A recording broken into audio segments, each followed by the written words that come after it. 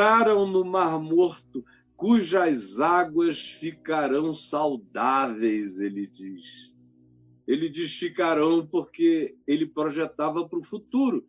Ezequiel, a gente está falando de algo 550, 600 anos antes de Jesus.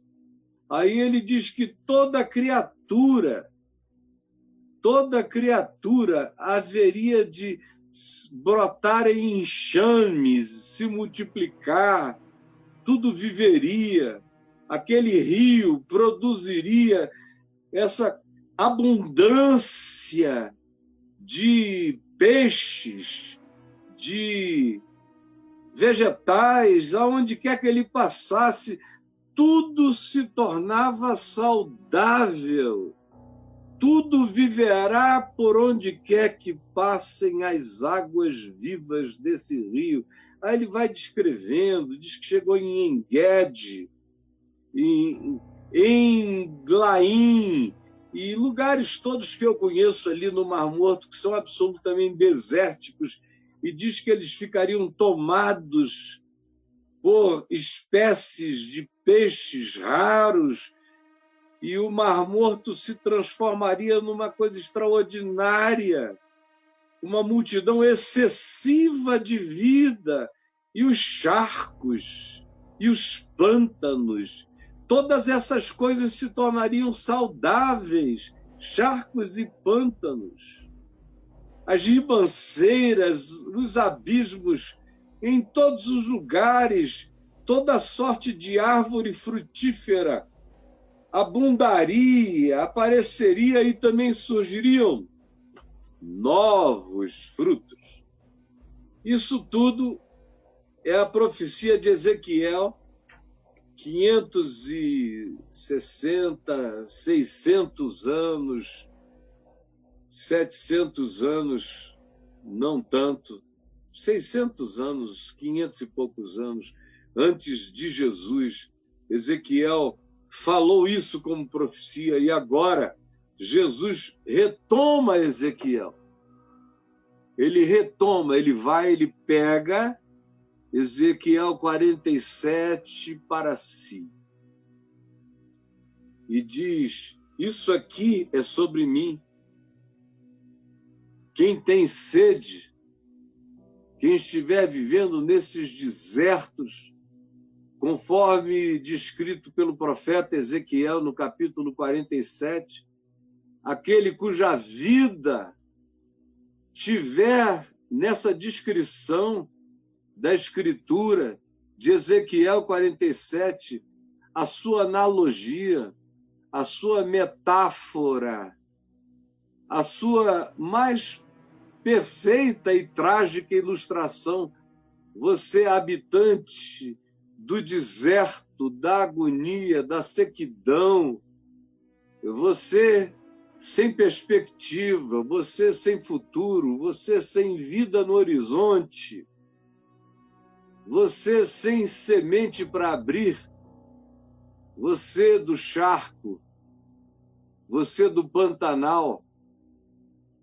você do Mar Morto, aonde nada cresce, aonde nada aparece, aonde tudo é estéril. Você que habita o mundo da esterilidade, da falta de vida e de esperança pela ausência de vida e de significado, Jesus diz: se você é esse, se você se identifica com a linguagem dessa metáfora da Escritura em Ezequiel, você que está com sede, porque quem quer que viva existencial, psíquica e espiritualmente num ambiente desse, tem sede. Você que está com sede, venha a mim e beba, pois quem crê em mim, conforme diz a Escritura, que diz e profetiza que águas e águas e águas vivas haveriam de rolar do altar, da base oriental do altar, e se derramar e operar esse milagre de transformar tudo em vida, de reverdecer o deserto e de curar o Mar Morto e os chavascais e os pantanais e as barrancas secas, enfim. Qualquer um vivendo assim e que esteja ouvindo essa palavra, e se estiver com sede, como eu sei que milhares e milhares me ouvem e ouvirão com sede. E Jesus disse: eu sou o cumprimento dessa profecia de Ezequiel 47. Eu sou o templo. Eu sou o altar. Eu sou a água viva. E aí tem um detalhe adicional e interessante para ilustrar ainda mais o irromper de Jesus. Naquela ocasião, no último dia da festa dos tabernáculos, dizendo isso que você acabou de ouvir. Que detalhe é esse? É que o sacerdote, nesse último dia da festa, o sacerdote escolhido, pegava um cântaro de ouro e descia do templo, do altar do templo, descia, é tudo uma descida, o templo está no alto, no Monte Moriá, ele vai descendo cada vez mais até chegar ao poço de Siloé, que não está tão próximo assim, especialmente por causa da descida. Quando a gente vai, é tudo fácil.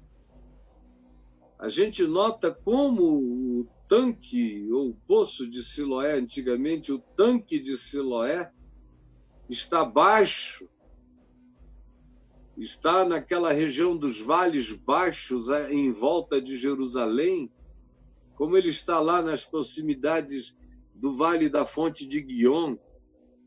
E o sacerdote descia e pegava água fresca, água viva, água que brotava e que era alimentada por essa fonte de esguichos, que alimentava o tanque de Siloé, captada ali na fonte de Guion, corria pelo canal de Ezequias e se derramava no tanque de Siloé, e é ali que ele pega essa água viva e fresca, e uma multidão do povo descia com ele, depois subia com ele, chegavam lá em cima, ele pegava e derramava esse cântaro diante da multidão em festa, celebrando a esperança antiga, uma profecia mais velha do que o Brasil tem de idade. Enquanto o sacerdote derramava com solenidade a água no altar do templo para simbolizar e para invocar o dia do cumprimento dessa profecia, ele termina, guarda o cântaro, se afasta, o altar fica molhado, a água escorre um pouco mais para além, no mármore do templo. Quando Jesus vê que a solenidade teve seu fim, então ele se ergue sobre a água, na direção do altar,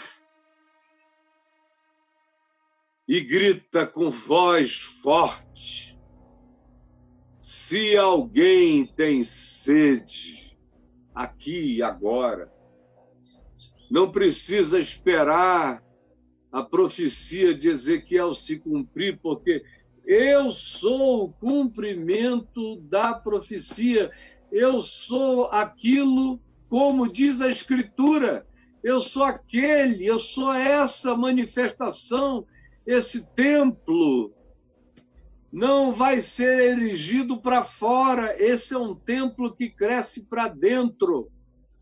Conforme em Ezequiel 40 se descreve, um templo que não é construível para o lado de fora. É um templo, você entra numa porta pequenininha e ele vai crescendo, crescendo, crescendo, crescendo para dentro. É um templo de arquitetura quântica. Ele não é newtoniano, não cresce para fora, ele cresce para dentro. Essa é a imagem que vem sendo construída até chegar a esse momento. Construído em Ezequiel 40, se desenvolve até aqui, ao capítulo 47, quando as águas se derramam do altar do templo e Jesus diz: quem tem sede, vem a mim e beba. Sede, todo mundo sabe o que ele está falando. Todo mundo sabe que ele não está falando de sede, de pegar uma garrafa de água.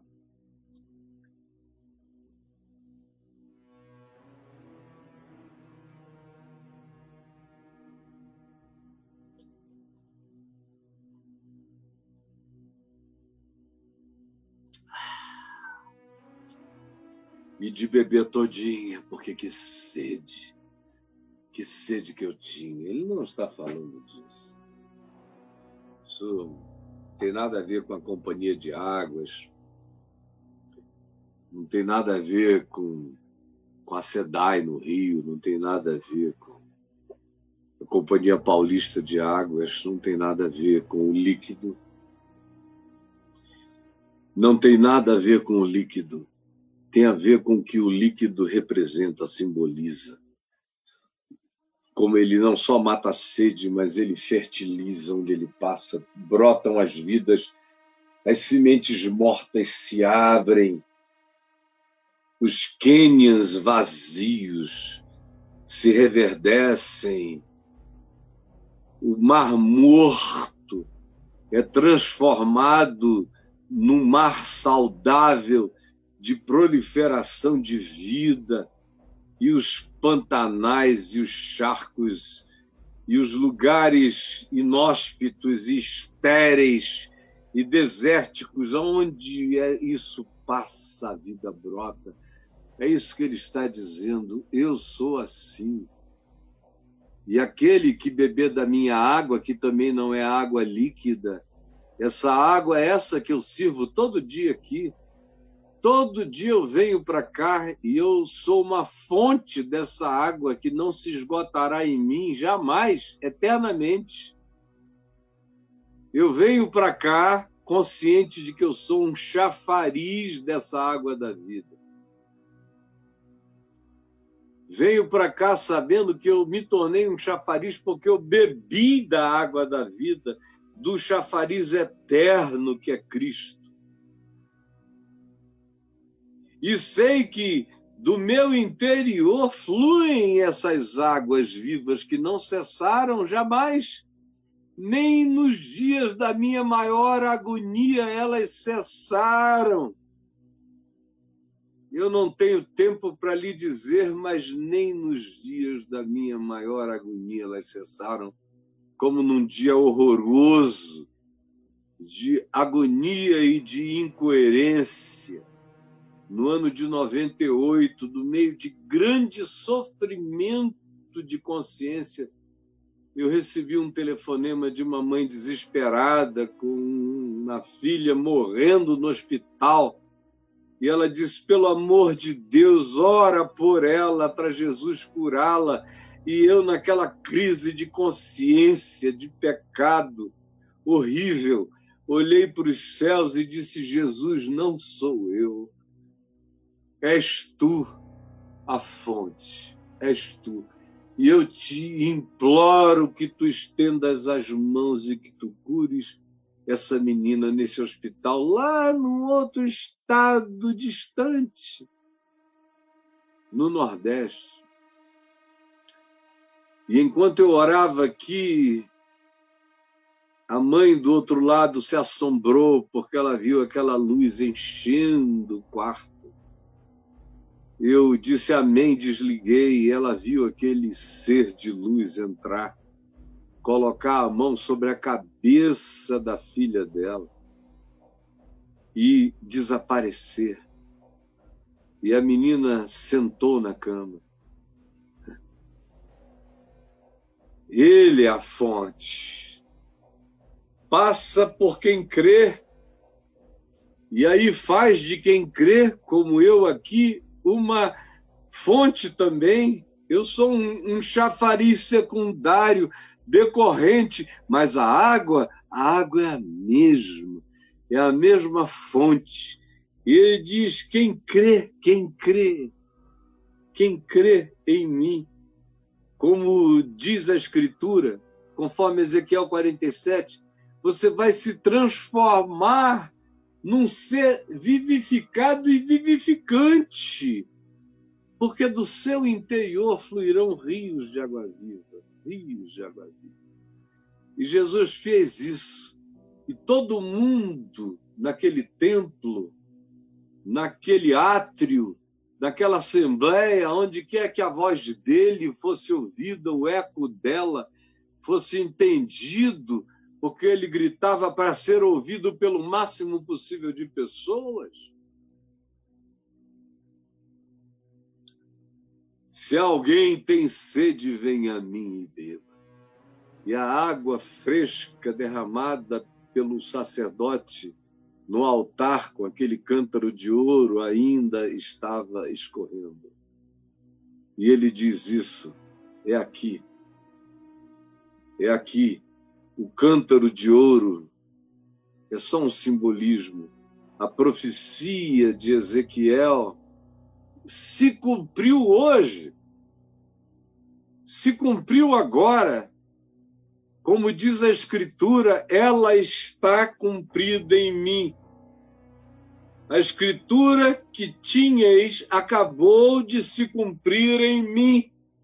Eu sou a finalização dessa esperança, eu sou a encarnação disso aí. Agora, você que está aqui, olhe para mim, porque eu sei que tem muita gente com sede. É porque a gente sede essa sede toda, que a gente se entrega para quem não vale a pena, que a menina dorme com uma quantidade enorme de garotos sem significado, que o homem sente obrigação de botar esse pinto dele de onde ele o retira mais vazio e angustiado ainda. É por causa dessa sede que a gente se droga, que se usa todo tipo de droga, até daquelas que a gente sabe que vão nos matar em pouco tempo, como crack, que viciam desde o primeiro uso e que se agravam com poucos usos e que nos matam em pouco tempo, se o nosso uso for contínuo e cotidiano. É por causa dessa sede que a gente fica viciado em opioides e analgésicos variados, sem que se tenha dor nenhuma no corpo.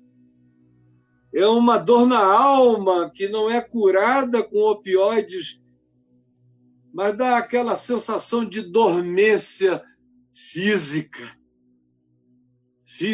e dá aquele amortecimento psíquico, de modo que o indivíduo parece se aliviar por causa dessa sede. O nome disso é sede de significado, é sede de vida, é sede de amor, é sede de sentido. É por causa dessa sede que você opta por trabalhar para não pensar.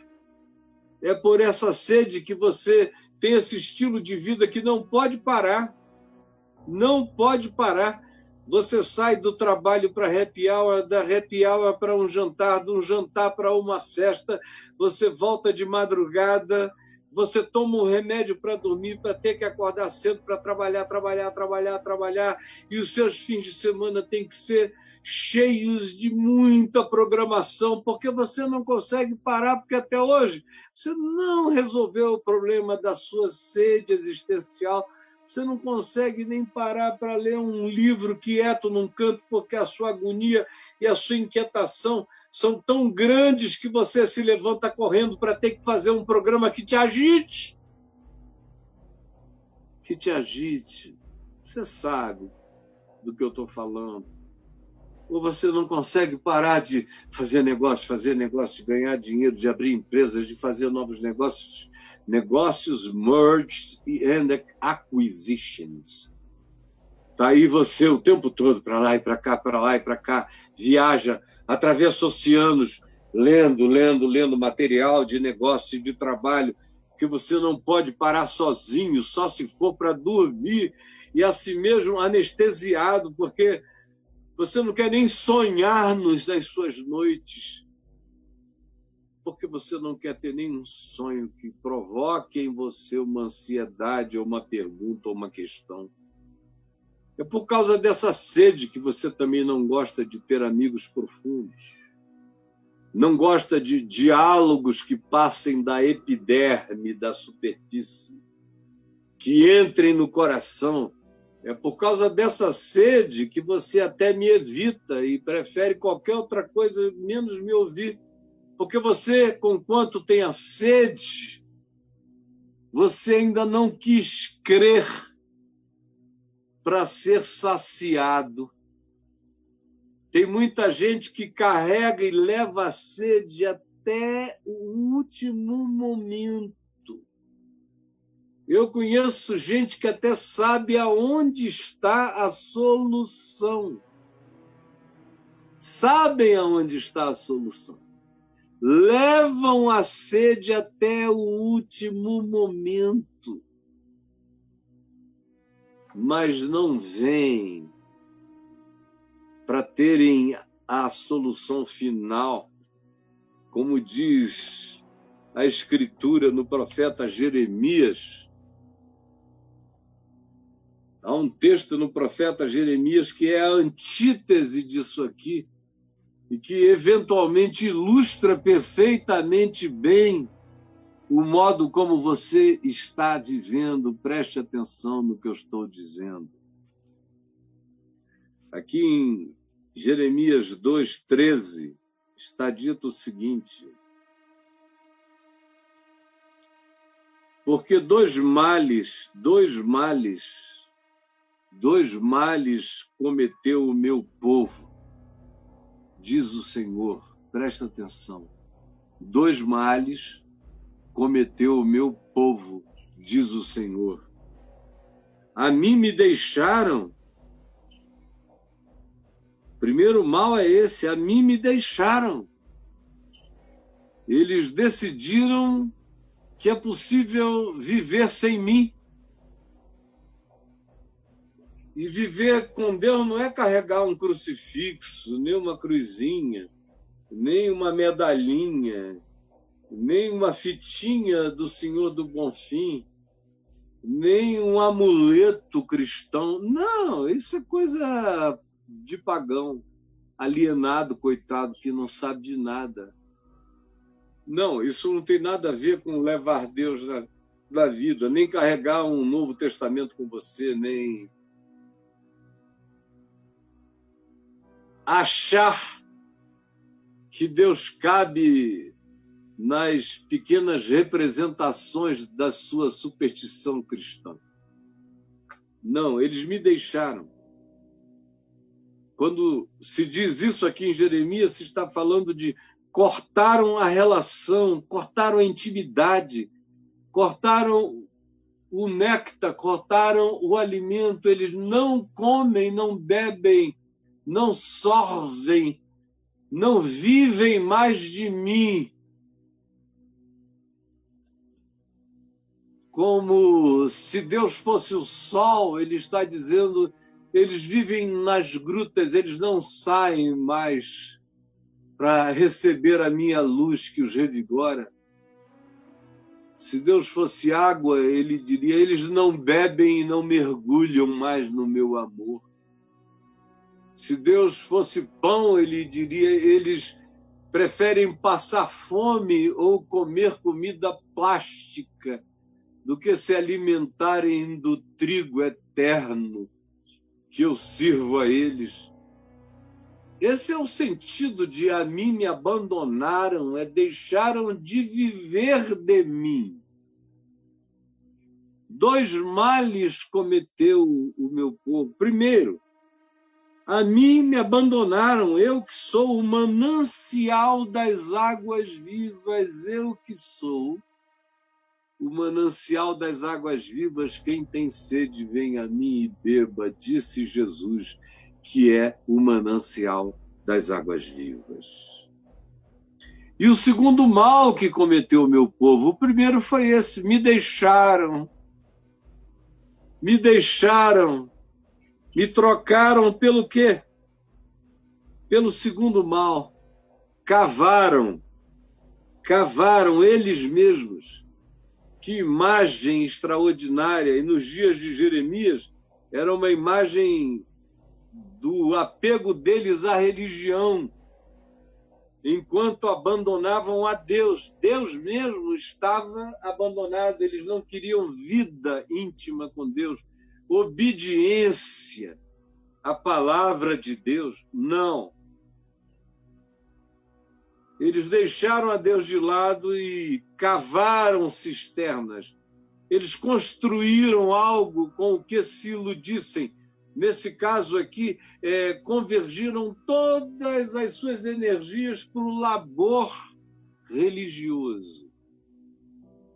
Cavaram cisternas rotas, seus cultos, seus sacrifícios, suas missas, suas práticas ritualísticas. Eles acharam que isso podia ser algo com que eles substituíssem a vida com Deus de verdade para valer. 2 males cometeu o meu povo. Deixaram a mim, que sou o manancial das águas vivas, e acharam que podiam viver de tapiação, de religião nos dias de Jeremias. Nada com Deus e tudo com a religião. Tudo com os falsos profetas, tudo com os sacerdotes do engano. E eles aprofundavam cada vez mais a cisterna. Mas as cisternas eram rotas. A religião na qual eles colocaram toda a esperança, que era a religião do templo de Jerusalém, antes da destruição, do sacerdócio, dos cultos, das oferendas. Jeremias diz, em nome de Deus, é o Senhor falando por Jeremias, dizendo, essas cisternas religiosas que eles cavaram para eles são rotas. As águas não ficam lá, nem se acumulam, são absorvidas, desaparecem. Todo dia eles têm que voltar para tentar fazerem algum tipo de catarse psicológica, bebendo a água que não fica, que não é viva, que é artificial, como eu vejo todo dia hoje. Um monte de gente, o que não falta é gente indo à cisterna. Milhões vão à cisterna, por que não dizer mais de 1 bilhão de pessoas praticamente no mundo cristão, para não falar dos outros grupos humanos, de outras expressões de civilização. Todo mundo vai às cisternas rotas, mas tem alguns que vão com muito mais culpa, sabe por quê? Porque eles sabem quem é o manancial da água da vida, como é o seu caso. Mas deixou a palavra, o evangelho puro e simples de lado e fez opção pelas cisternas. Mas você vive em profunda insatisfação, você não notou ainda. Tudo que não lhe falta é cisterna religiosa, é cisterna de culto, é cisterna de evento, E você vai e volta com sede, volta com sede, volta com sede, volta vazio, volta angustiado, volta carente, volta cheio de desespero, cheio de tesão, cheio de sofreguidão, cheio de agonia, cheio de dor, cheio de necessidade de anestesia. É você. Você que vive de catarse em catarse. Sejam as catarses religiosas, sejam hoje em dia as catarses dos coaches, que te chamam todo dia para mais uma catarse, mais uma catarse. E você sabe que isso é tão viciante quanto a religião é viciante, quanto o crack é viciante. Diferentemente daqueles que bebem da água da vida e que não precisam voltar todo dia a nenhum lugar para beber daquela água, do contrário, não vão sobreviver àquele dia. Quem volta todo dia, volta por prazer e alegria, mas não por necessidade, porque o coração fica pleno, fica cheio, fica saciado, fica completo, você me entendeu? 2 males cometeu o meu povo, a mim me deixaram o manancial das águas vivas e cavaram cisternas rotas que não retêm as águas, que não seguram nada, tudo é passageiro. Você sabe absolutamente do que eu estou falando, só não entendeu, se determinou fechar os ouvidos para não compreender o que eu estou dizendo, para não ter que entender, para não ter que processar, para não ter que se converter, para não ter que se voltar para mim, que sou o manancial das águas vivas, diz o Senhor. E isto, prossegue João no capítulo 7, verso 39, dizendo, isto Jesus disse com respeito ao Espírito Santo, que haveriam de receber os que nele crescem, os que nele crescem. Você veja que para receber o Espírito Santo basta crer. Não é preciso fazer 3 meses de jejum, entrar em estado de sofreguidão desesperada, clamando, 1 ano de joelhos em cultos e cultos e cultos. Não. O Espírito Santo é dado assim, just like that. Para quem crê. Em qualquer lugar, não precisa ser num templo.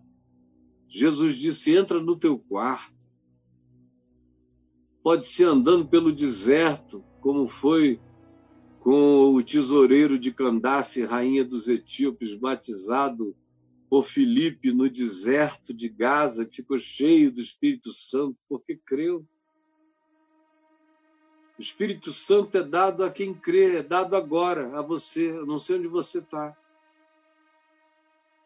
Mas tem gente me assistindo num motel, com uma menina ao lado que não é a sua esposa.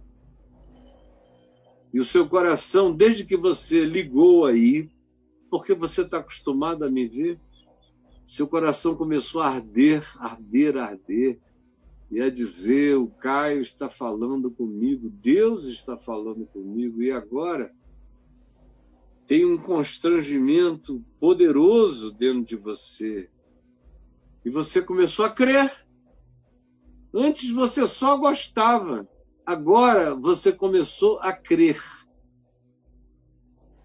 E o Espírito Santo, se você invocar comigo e disser, Espírito Santo,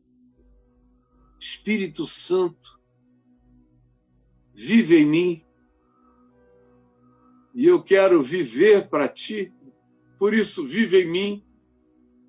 E viver para ti não é virar beato, viver para ele é viver cheio de amor, de vida, de verdade e de justiça. Isso basta. O Espírito estará em você. Jesus disse, aquele que crê em mim, do seu interior fluirão rios de água viva. E ele disse isso com respeito ao Espírito Santo, que me habita. É por isso que isso não acaba dentro de mim, porque não sou eu quem produzo, é o Espírito Santo.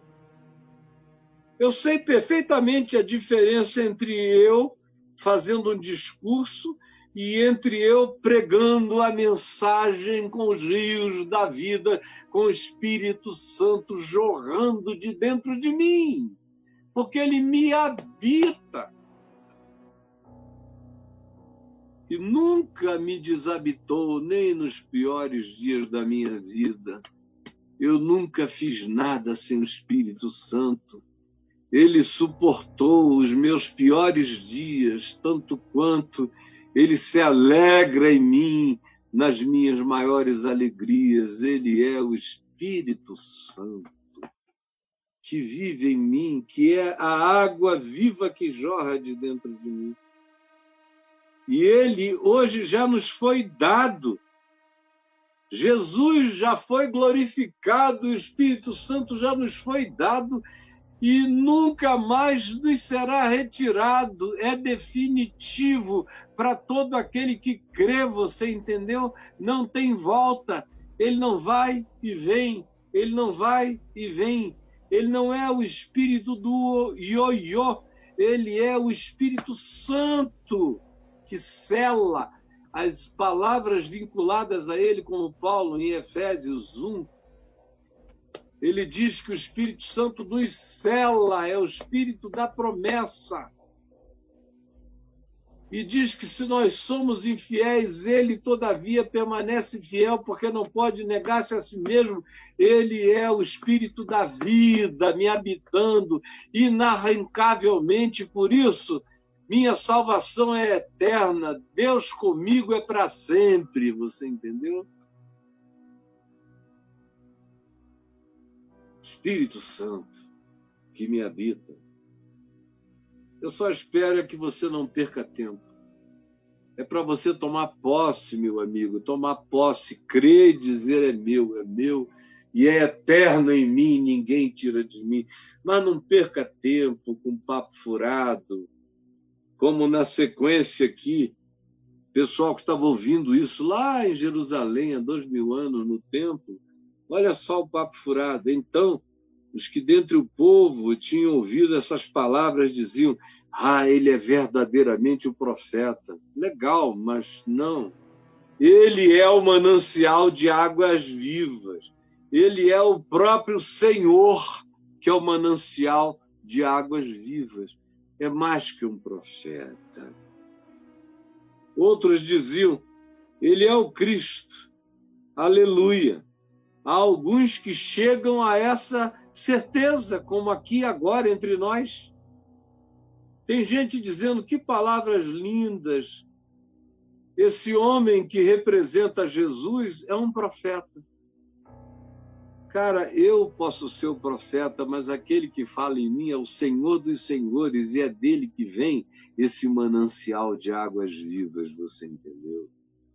Ele é o Cristo, ponto.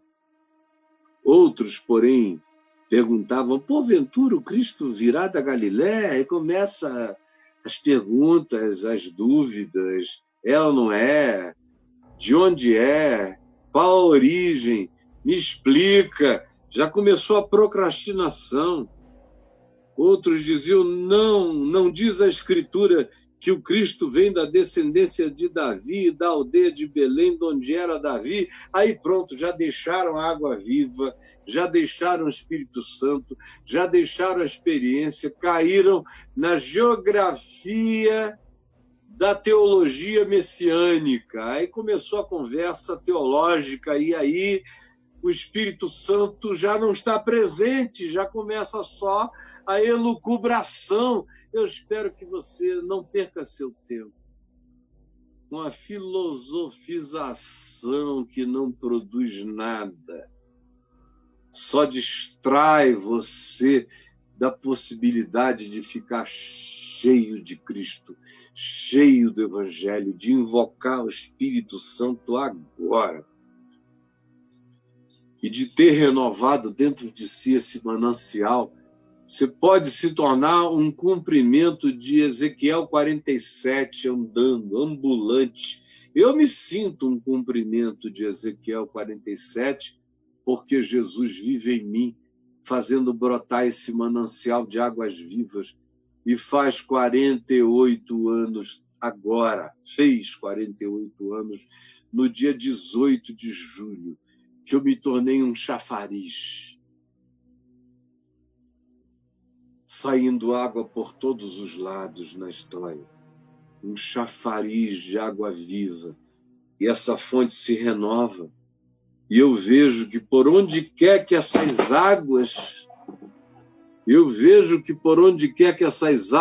passem, por onde quer que essas águas passem, tudo se renova, tudo se faz novo. Até as regiões mais recônditas do meu ser, do meu inconsciente, até o meu mar morto mais profundo,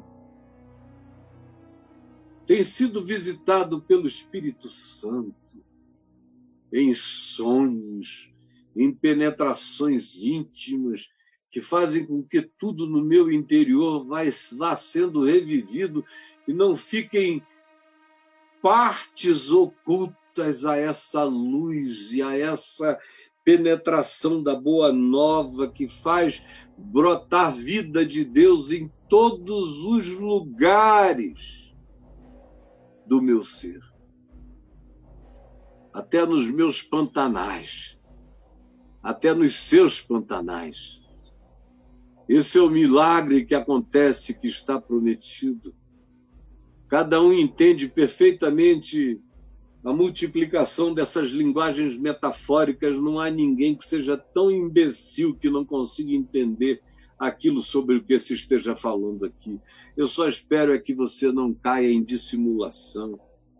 E ao invés de chegar e dizer ele é o Cristo, é o meu Cristo, não adianta dizer ele é o Cristo. Como eu encontro muita gente que me ouve falar sobre ele e diz, esse acerca de quem você fala é o Cristo. Mas deixa para lá, só reconhece e vai embora dizendo, olha, aquilo que o Caio prega é Cristo mesmo, viu? É o Evangelho mesmo, viu? É Jesus mesmo, viu? Mas eles próprios não levam nada com eles, não ficam cheios d'água viva, não bebem pela fé. Só sabem que é o Cristo. Outros dizem, é legal pra caramba, mas é mais uma alternativa, é o profeta. Tem muitas outras, essa é uma boa, é legal. Como tem muita gente que me ouve aqui assim. Foi legal pra caramba.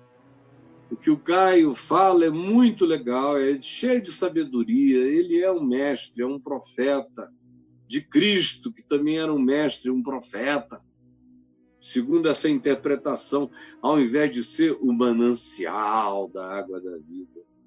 E tem aqueles que entram em discussão, ao invés de quererem para si, querem discutir teologia, qualquer outra coisa, religiões comparadas, quem é o melhor, quem é o maior.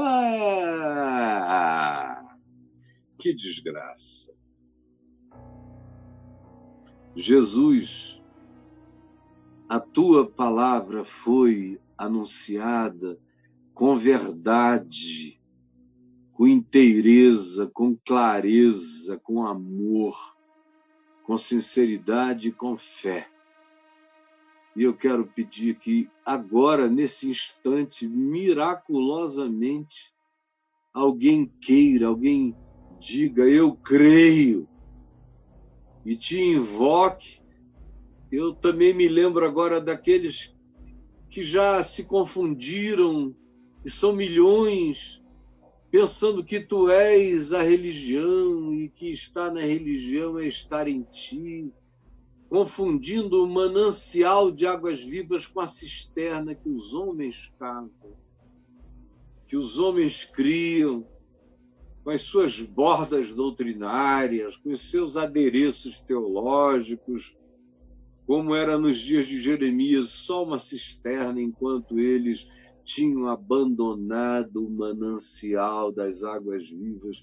Eu te imploro por esses que ainda não foram esclarecidos, que não entenderam que religião é um fenômeno humano e que a espiritualidade do Evangelho tem a ver com a fé que se entrega por amor e pratica o amor como fé, andando contigo todo dia.